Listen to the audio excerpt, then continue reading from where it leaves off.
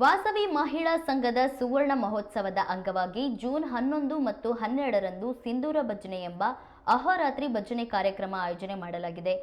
ನಗರದ ಗಾಂಧಿ ಬಜಾರ್ನಲ್ಲಿರುವ ಕನ್ಯಕಾ ಪರಮೇಶ್ವರಿ ದೇಗುಲದಲ್ಲಿ ಹಮ್ಮಿಕೊಳ್ಳಲಾಗಿದೆ ಎಂದು ಸಂಘದ ಅಧ್ಯಕ್ಷೆ ಪ್ರತಿಭಾ ಅರುಣ್ ಮಾಹಿತಿ ನೀಡಿದರು.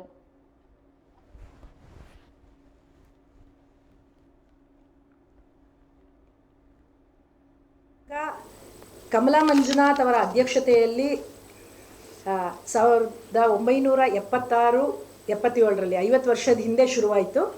ಈ ವರ್ಷ ನಾವು ಅದರ 50ನೇ ವರ್ಷದ ಸುವರ್ಣ ಮಹೋತ್ಸವ ಆಚರಿಸ್ತಾ ಇದ್ದೀವಿ. ಎಲ್ಲರಿಗೂ ತಿಳಿದಿದ್ದಂಗೆ ಆರ್ಯವೈಶ್ಯ ಸಮಾಜ ಏನು ನಮ್ಮ ಜನಾಂಗ ಇದೆ, ಸದಾ ಧಾರ್ಮಿಕವಾಗಿ ಸಾಂಸ್ಕೃತಿಕವಾಗಿ ಜೀವನ ನಡೆಸೋರು ನಾವು. ಅದೇ ನಿಟ್ಟಿನಲ್ಲಿ ನಾವು ಈ 50ನೇ ವರ್ಷ ಸೆಲೆಬ್ರೇಷನ್ ಮಾಡಬೇಕು ಅಂದ್ಕೊಂಡಾಗ ಹಲವಾರು ಧಾರ್ಮಿಕ ಕಾರ್ಯಕ್ರಮಗಳನ್ನ ಹಮ್ಮಿಕೋಬೇಕು ಅಂತ ಅಂದ್ಕೊಂಡಿದ್ದೀವಿ. ಮೊದಲನೇದಾಗಿ ಈ ಆರ್ಯವೈಶ್ಯ ಮಹಿಳಾ ಸಂಘ ಹುಟ್ಕೊಂಡಿದ್ದು ಹಲವಾರು ಲೈಕ್ ಮೈಂಡೆಡ್ ಮಹಿಳೆಯರು ಜೊತೆಯಲ್ಲಿ ಸೇರಿ ದೇವಸ್ಥಾನದಲ್ಲಿ ಭಜನೆಗಳನ್ನ ಶುರು ಮಾಡಿ ಸಂಘ ಶುರು ಮಾಡಿದ್ರು. ಈ 50 ವರ್ಷಗಳು ತುಂಬ ಕಷ್ಟಪಟ್ಟು ಈ ಸಂಘನ ನಡೆಸ್ಕೊಂಡು ಬಂದಿದ್ದಾರೆ. ಯಾಕೆಂದರೆ 50 ವರ್ಷದ ಹಿಂದೆ ಮಹಿಳೆಯರಿಗೆ ಎಷ್ಟು ಸ್ವಾತಂತ್ರ್ಯ ಇತ್ತು, ಮತ್ತು ಮನೆ ಬಿಟ್ಟು ಹೋಗೋಕೆ ಎಷ್ಟು ಕಷ್ಟ ಇತ್ತು.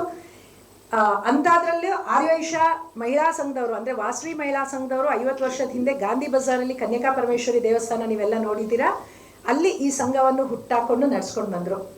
ಈ 50ನೇ ವರ್ಷ ಸೆಲೆಬ್ರೇಷನ್ಗೋಸ್ಕರ ನಾವು ಇಷ್ಟು ವರ್ಷ ಅವರೆಲ್ಲ ಏನು ಕಾರ್ಯಕ್ರಮಗಳು ಮಾಡ್ಕೊಂಡು ಬಂದಿದ್ದಾರೆ ಆ ಕಾರ್ಯಕ್ರಮಗಳನ್ನೇ ನಾವು ಮುಂದುವರಿಸ್ಕೊಂಡು ಹೋಗಬೇಕು ಅಂತ ಮೊದಲನೇದಾಗಿ ದೊಡ್ಡದಾಗಿ ಅಖಂಡ ಭಜನೆಯನ್ನು ಇಟ್ಕೊಂಡಿದ್ದೀವಿ. ಅಹೋರಾತ್ರಿ ಅಖಂಡ ಭಜನೆ 24 ಗಂಟೆಗಳ ಕಾಲ.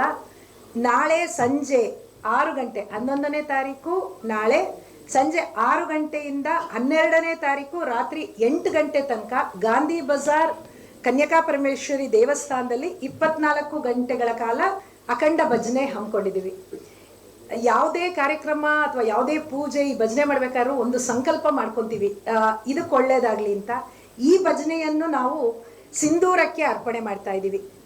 ಈ ದೇಶದ ಮೊನ್ನೆ ಸಿಂಧೂರ ಹೋರಾಟದಲ್ಲಿ ಮಹಿಳೆಯರ ಪಾತ್ರ ತುಂಬ ಇತ್ತು. ಅದು ನೇವಿ ಇರ್ಬೋದು, ಆರ್ಮಿ ಇರ್ಬೋದು, ಏರ್ಫೋರ್ಸಲ್ಲಿ ಇರ್ಬೋದು, ಎಲ್ಲ ಮಹಿಳೆಯರೇ ಲೀಡ್ ಮಾಡಿದರು. ಸೊ ಆ ಎಲ್ಲ ಮಹಿಳೆಯರಿಗೆ ಸಮರ್ಪಣೆ ಮಾಡಿ ಮತ್ತು